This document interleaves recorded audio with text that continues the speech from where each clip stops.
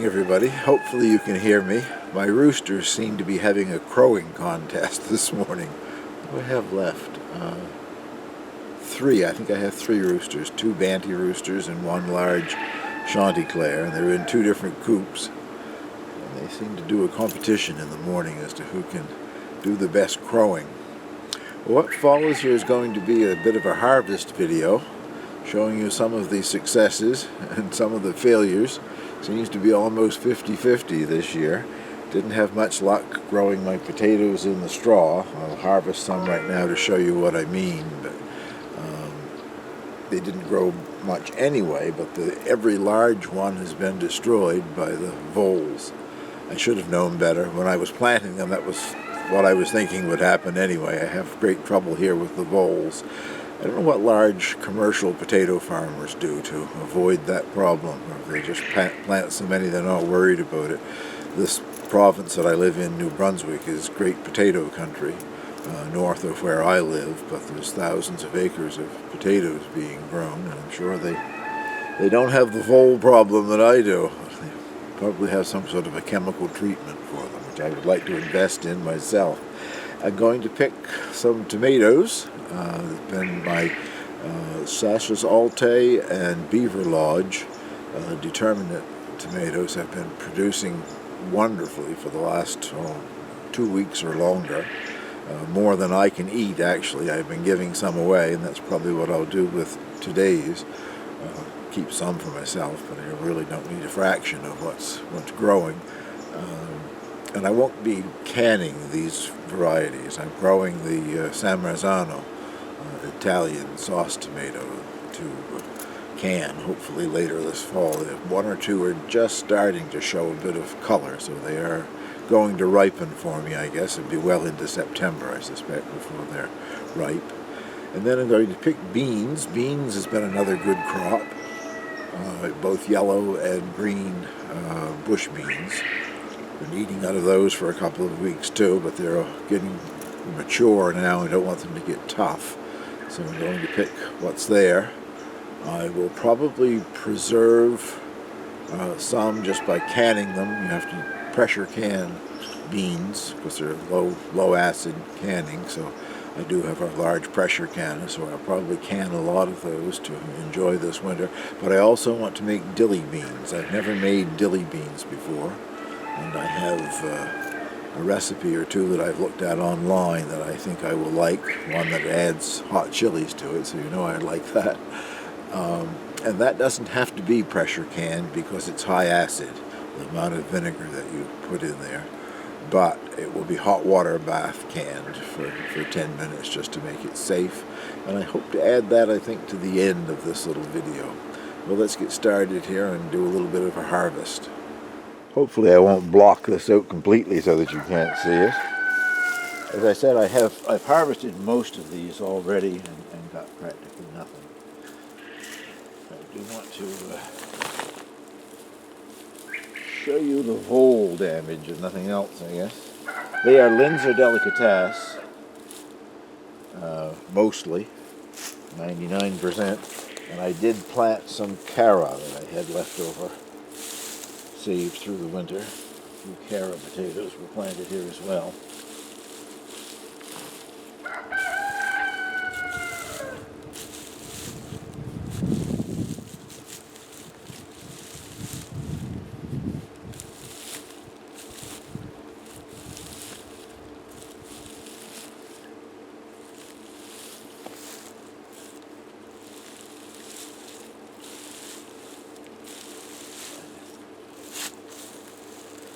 See a few there. I'm going to step on them if I can help it.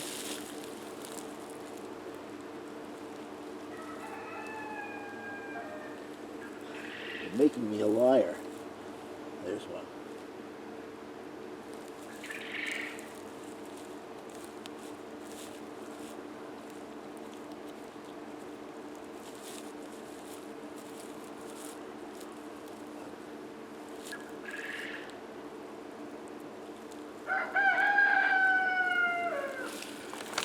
Okay.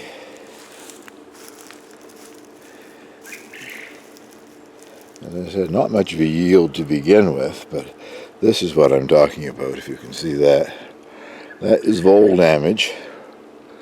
Very few of the other ones that I dug, I didn't get very few at all this size. They're Linzer Delicatessen, a fingerling potato, and that's a pretty good size, at least from what I've grown in the past. And I got a couple that time without any vole damage, but what I was pulling out earlier, almost every mound, that's what I got when I dug up a large one. Lots of these little guys, but when you found one that was a good size, the voles had been at it. Well, I do have a reveal that I can do. I wasn't supposed to be able to do any reveals this year, but I always take some plants to a friend of mine who gardens on her deck, and the only way I can get them to her is to use our local car ferry service in the summertime. The car ferry hasn't run all summer.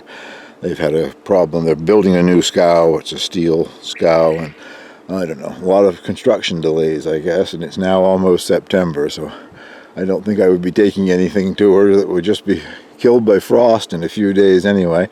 But I did do one container of Linzer Delicatessen, and let's do a reveal on those. As you can see my sidekick beside me here or not, Angel's out helping with the gardening. This had 3 seed potatoes put in it, and it has looked quite good all summer. It never did have any blossoms. I never quite understand what that means. Some potatoes never do bloom. In the hay there I had straw, whatever it was. I had 1 plant that bloomed. Let's see what we got out of 3 seed potatoes, Linzer Delicatessen. We've had a bit of rain just lately. No great amount, but a bit, so soil is a bit wet. I'm not looking to find any vole damage in the containers, particularly this container. It's been up on a bench all summer.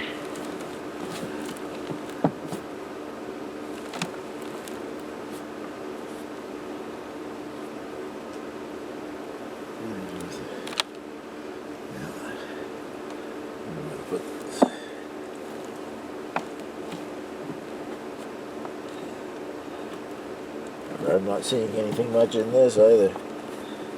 Just some one that's a bit bigger, I guess.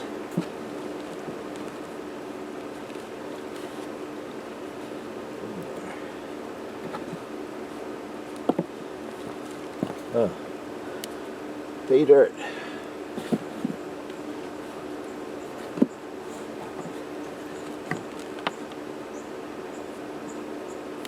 That's a good size one.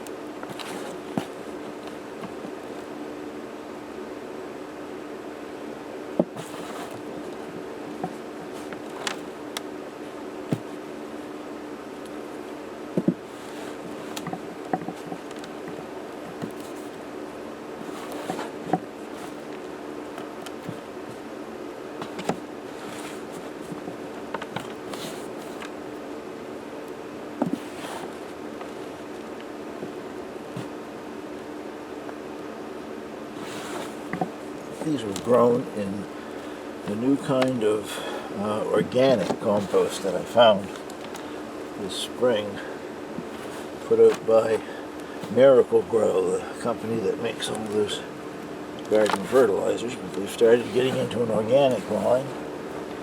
I think this was one of their, just straight planted into their mixture.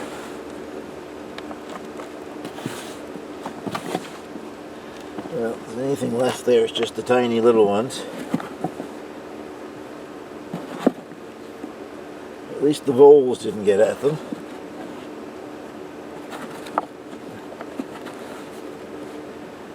I'll put those in a bag, and when I get up to the house I'll weigh them and put the weight on the screen here. Not a great deal. I wouldn't think there's much more than a pound there. Just coming into the hoopos, and this is the San Marzanos. They are a indeterminate variety. They're just starting to reach the top of the hoopos. At least these ones up front here are. One or two of them there within 4 or 5 inches of brushing the top of the hoopos. When they do get that high, and I put the last support clip on them, I'll clip the top off, because really there's no sense. They can't grow any taller in here. And that also triggers the plant to ripen up the fruit down below. So hopefully I will get enough out of this to do my canning. There's a good amount on them. There's 10 plants, and there's a decent amount on them. I'll give you a look at one or two that's just starting to change color now. That is the one that's the closest to being ripe. There are a number of others that are just starting to get a little blush of orange, so pretty much what I had predicted from the beginning. Because they are such a tall, indeterminate variety, I didn't expect to get much ripe here before September, even though it's in a hoopos. They don't tend to ripen things up until the plant has pretty much reached its full height. This is one of the beaver lodge plants, and that's one of the lower trusses on that plant. I've been picking these things, like I said, for over 2 weeks now. They've really been producing well. I'll show you one of the Sasha Alte plants in a moment here, but just give you a look up if I can give it. This is the trusses up above that haven't been there as long. So they are not ripened yet, but these little determinate plants have really produced. This is a Sasha Alte, which is hiding down below a summer squash plant here. But they also have been producing very well, and that again is one of the lower trusses. So the lower ones are always the first to ripen.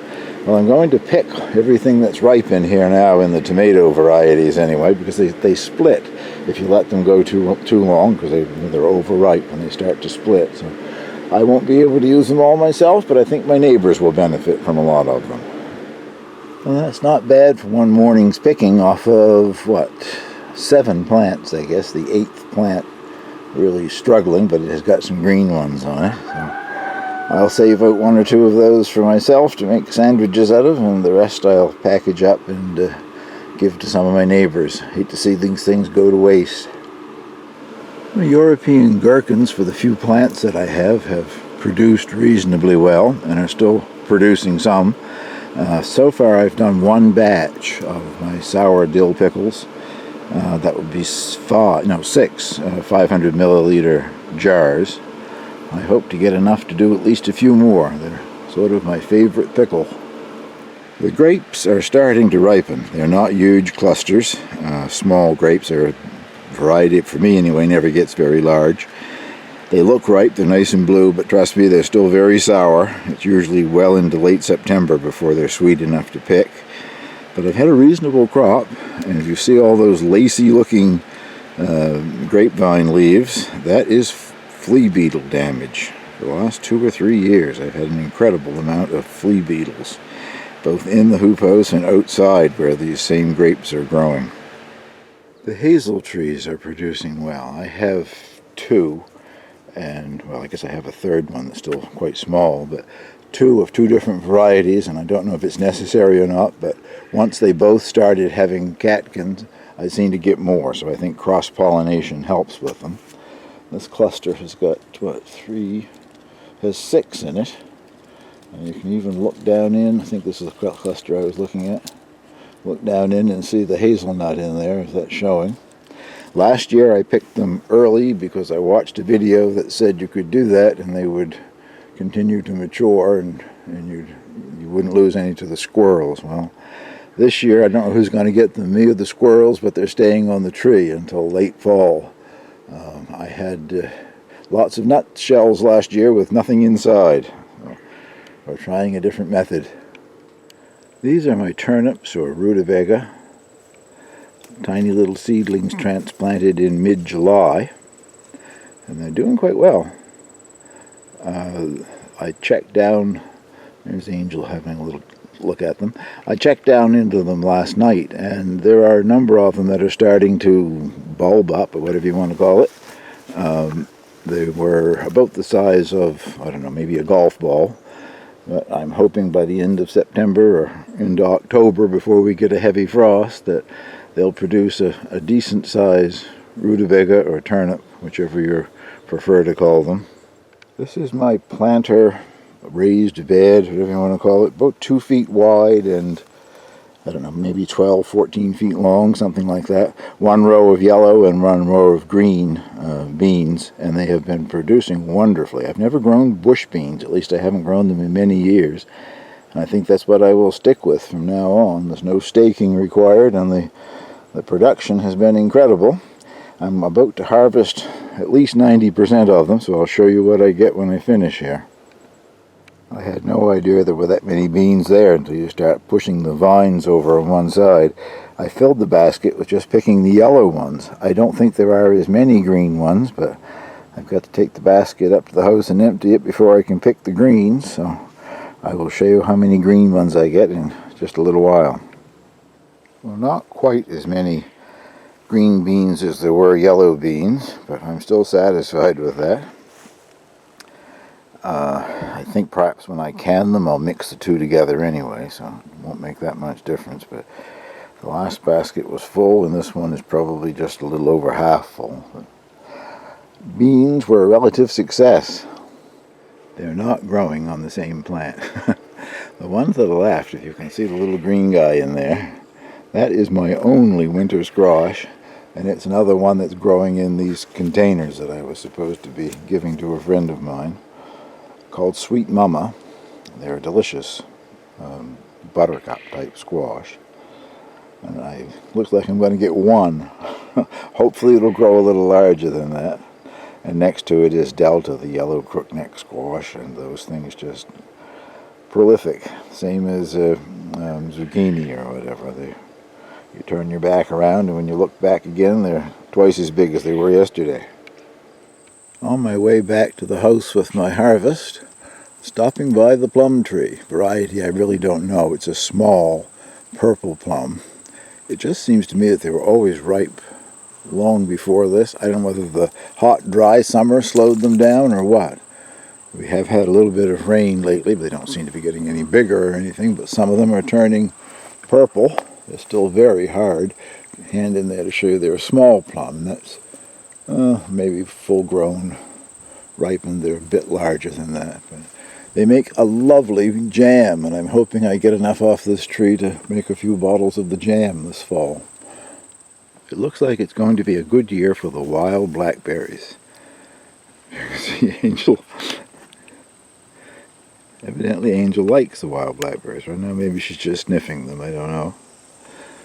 I had a Dalmatian that was crazy about all of the wild fruit. As I was saying, it looks like it's going to be a good year for them. They tend to ripen in stages. I don't know how they do that, but there's always some ripe ones and some very unripe ones on the same plant. And what I usually end up doing if I make some jam is I keep picking and freezing until I have enough to make my jam. So hopefully there will be enough to make a small batch anyway of blackberry jam. But these things are lethal.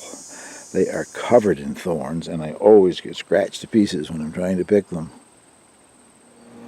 Well, let's make some dilly beans, I guess. I have the canner on next to this pot. It's not in the shot, but I'm not going to be pressure canning, even though I'm using my old pressure canner here to do the hot water bath. But getting that water ready. That saucepan so far has 2.5 cups of water in it.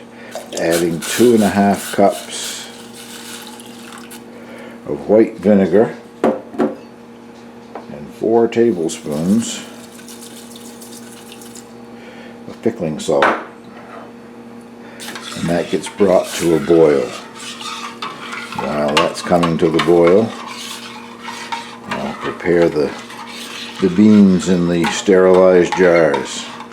So this batch is supposed to make 5 pint jars. The amount of liquid, I guess, is the thing to be concerned about. 1 clove of garlic in each jar. Mine are fairly large, so I'm cutting them in 2. And the recipe calls for a teaspoon of hot pepper flakes. I'm going to put 1 Thai chili in each one. I pause the camera while I put on my vinyl gloves. These have just started to dry in my herb dryer. They just dry with natural air. It's not like a dehydrator or anything. So I'm just going to mince them up a little bit. Thai chilies are quite hot. I don't know if that equals 1 teaspoon of pepper flakes or not, but it's probably going to be heat enough. So I'll carry on and do that to all 5 jars, and then we're ready to put the beans in the jars.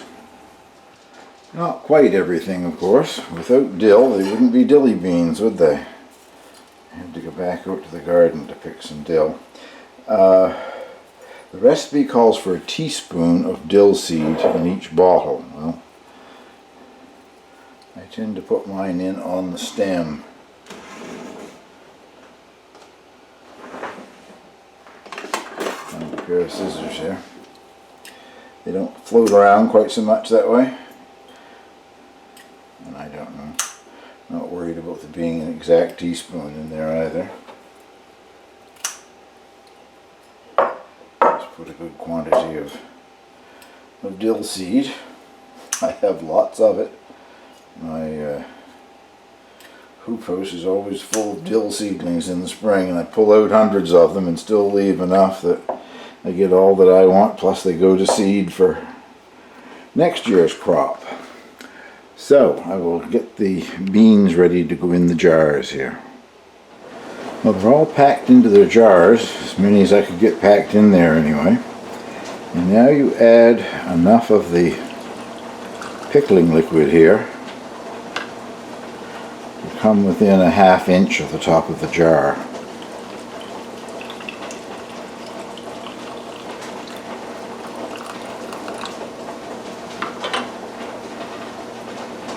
That's just about right, I think.